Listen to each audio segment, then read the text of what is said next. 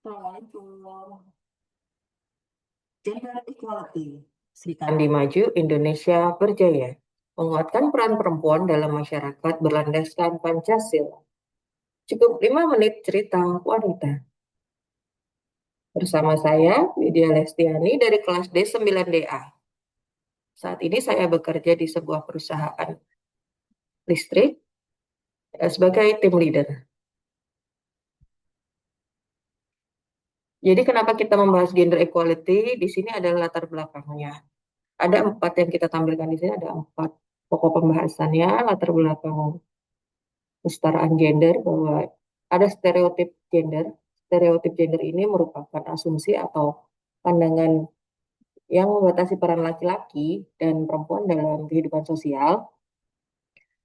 Misalnya laki-laki sering dianggap lebih rasional dan cocok sebagai pemimpin, sementara perempuan diharapkan bersikap lebih lemah lembut dan berperan hanya di kalangan domestik saja. Kemudian pandangan-pandangan seperti ini sebenarnya menciptakan ketidakadilan, dan tidak hanya itu, juga membatasi potensi dan kontribusi individu berdasarkan jenis kelamin. Dalam dunia kerja, stereotip ini bisa menghambat karir perempuan, perkembangan karir perempuan lebih terhambat, atau bahkan dalam bidang-bidang tertentu ini juga menghambat karir wanita. Oleh karena itu, penting sekali untuk membongkar stereotip ini demi kesetaraan kesempatan. Kemudian yang sebelah sini adalah beban ganda ya. Jadi kita banyak mengetahui bahwa perempuan ini diharuskan menjalankan peran ganda, yakni sebagai pekerja profesional, sekaligus sebagai pengurus rumah tangga. Dan banyak perempuan yang setelah pulang bekerja, mereka masih harus tetap mengurus rumah tangga, mengurus anak, memasak, membersihkan rumah, dan tugas-tugas domestik yang lainnya seperti itu. Jadi kondisi-kondisi ini bisa menyebabkan kelelahan fisik, bahkan mental, serta menghambat kesempatan para perempuan untuk meningkatkan kapasitas pengembangan diri mereka melalui pendidikan atau pelatihan tambahan. Jadi beban ini yang seringkali tidak terlihat oleh banyak orang dan dianggap sebagai tanggung jawab alami perempuan dan harus dikerjakan hanya perempuan saja yang mengerjakan ini gitu. Jadi sebenarnya perlu adanya pembagian peran yang lebih adil antara laki-laki dan perempuan dalam rumah tangga. Kemudian di sini adalah kita lihat kesenjangan akses pelatihan. Kesenjangan akses pelatihan ini terjadi ketika perempuan memiliki peluangnya itu lebih kecil untuk mengikuti program-program pengembangan keterampilan dibandingkan laki-laki.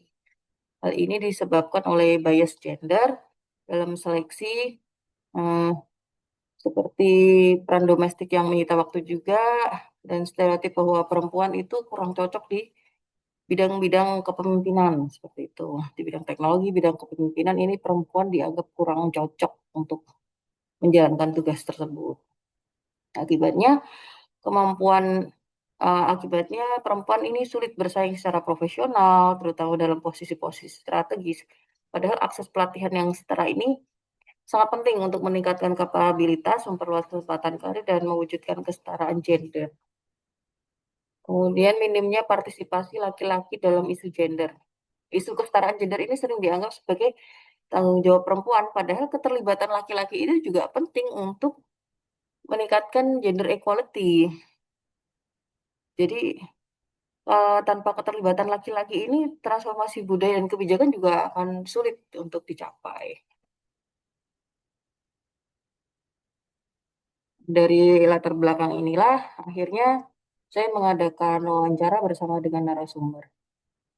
Dan narasumber yang saya wawancarai adalah profilnya sebagai berikut.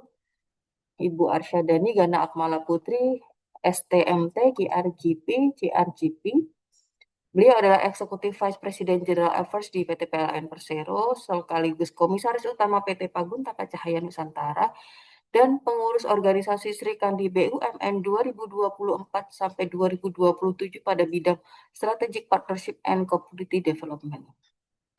Jadi saya berkesempatan mewawancarai beliau, dan waktu wawancara ini kami dapatkan fakta di lapangan bahwa di perusahaan beliau ini pelaksanaan fit and proper test untuk jabatan-jabatan struktural ini masih menggunakan acuan bahwa siapa yang bisa memberikan program terbaik atau ide-ide terbaiknya nilai-nilai gender ini belum digunakan sebagai perenggingan atau nilai afirmasi untuk keterwakilan perempuan. Jadi siapa yang bisa memberikan terbaik program-program ya itulah yang mampu memimpin. Tetapi belum ada penambahan scoring untuk gender atau keterwakilan perempuan.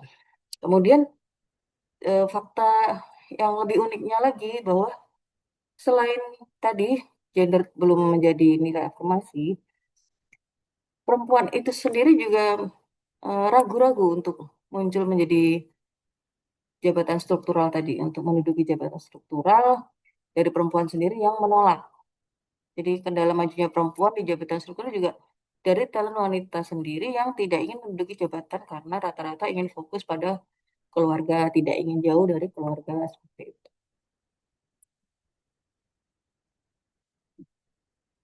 Nah, untuk mengatasinya ada solusi namanya program Women Empowerment. Program ini dapat dibuat dengan dua tema. Pertama, respectful workplace, dan yang kedua adalah women in leadership roles. Memberikan edukasi dan pelatihan dengan tema respectful workplace, yakni dapat dipelajari dengan kurikulum diversity, equity, and inclusion, membangun budaya tempat kerja yang menghargai, keterampilan komunikasi untuk tempat kerja yang menghargai, dan mencegah pelecehan diskriminasi. Kemudian untuk tema women in leadership roles, kurikulum yang dipelajari adalah kepemimpinan perempuan, faktor hambatan dan pendorong kepemimpinan perempuan di Indonesia, dasar-dasar komunikasi dan kemampuan persuasi, serta persuasi dengan elevator pitch. Kemudian dilakukan juga selain edukasi dan pelatihan tadi adalah kolaborasi. Kolaborasi dengan learning partner atau konsultan trainer, kemudian komitenya adalah mengkoordinir dan memberikan fasilitas, dan stakeholder yang berperan di sini adalah program direktur, kemudian sponsor, champion, kemudian pelatih, dan coach sendiri. Nah, selain itu dilakukan campaign and exhibition project Women Empowerment. Kampanye dan pameran inspiratif ini diharapkan mampu menginformasikan dan menginspirasi semua pihak untuk mendukung kemajuan wanita Indonesia pada khususnya menuju kesetaraan gender yang lebih baik. Dan program selanjutnya adalah keterlibatan peran laki-laki dalam isu gender equality. Karena adanya edukasi tepat sasaran ke berbagai pihak ini yang akan diharapkan mampu meningkatkan kesadaran sosial serta mendorong terciptanya kebijakan yang mendukung kesetaraan gender dengan program He4C yang digagas oleh United Nations. Ini akan merupakan sebuah langkah tepat bagi laki-laki untuk turut aktif dalam memperjuangkan kesetaraan gender sehingga akan terjadi perubahan sosial yang lebih inklusif dan progresif. Because they are not just supporters but also part of the solution. Jadi dengan woman empowerment, melalui edukasi, kampanye, dan kolaborasi, kita mendorong perempuan untuk bangkit, memimpin, dan menginspirasi. Terima kasih. Salam wanita. Assalamualaikum warahmatullahi wabarakatuh.